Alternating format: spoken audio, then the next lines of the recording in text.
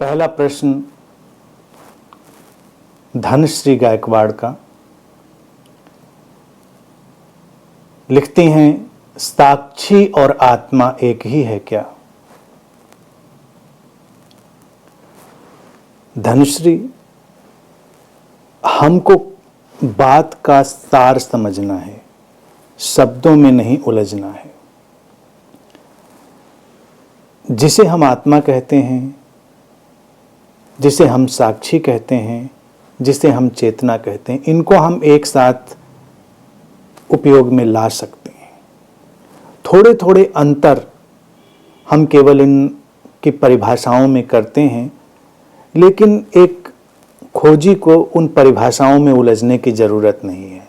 तो यूं अगर कहा जाए कि हाँ, आत्मा ही साक्षी है या चेतना ही साक्षी है, तो इसमें कोई अंतर नहीं पड़ता, वो एक ही बात रहती है। साक्षी हमारा गुणधर्म है,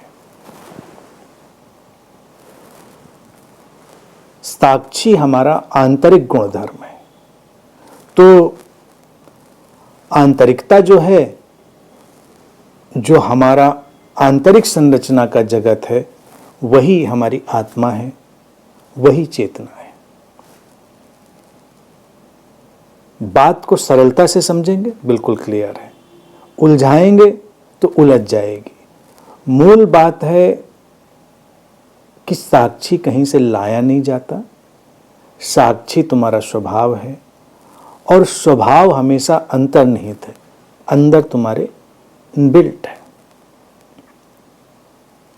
और जो अंदर हमेशा विद्यमान है, उसी को हम आत्मा भी कहते हैं। आत्मा का सक्रिय रूप, आत्मा को हम अनमैनिफेस्टेड डोमेन की तरह देख सकते हैं। थोड़ा सा अगर उसको माइन्यूट, सूक्ष्म अगर हम विभाजित करें, तो आत्मा अर्थात अनमैनिफेस्टेड, अनभिव्यक्त जगत। और जब हम चेतना कहते हैं, तो चेतना जो उसमें सक्रियता आ गई हो, वो। इसीलिए जब हम बात कर रहे हैं, चल रहे हैं, तो हम कहते हैं चेतन है। चेतन होने का अभिप्राय है कि हम सक्रियता में हैं। तो वो जो अनभिव्यक्त अभिव्यक्ति की यात्रा में होता है, तो चेतना बन जाता है। और इस प्रक्रिया में अब अनभिव्यक्ति से जो अनमैनिफेस्टेड, अव्यक्त जो पीछे है, वो जब इस व्यक्त होने की या चेतन होने की यात्रा में होता है, तो इसका गुणधर्म साक्षी की तरह प्रकट होता है। वो सारे द्वैत को जानता है, देखता है, महसूस करता है। बस इतनी सी बात।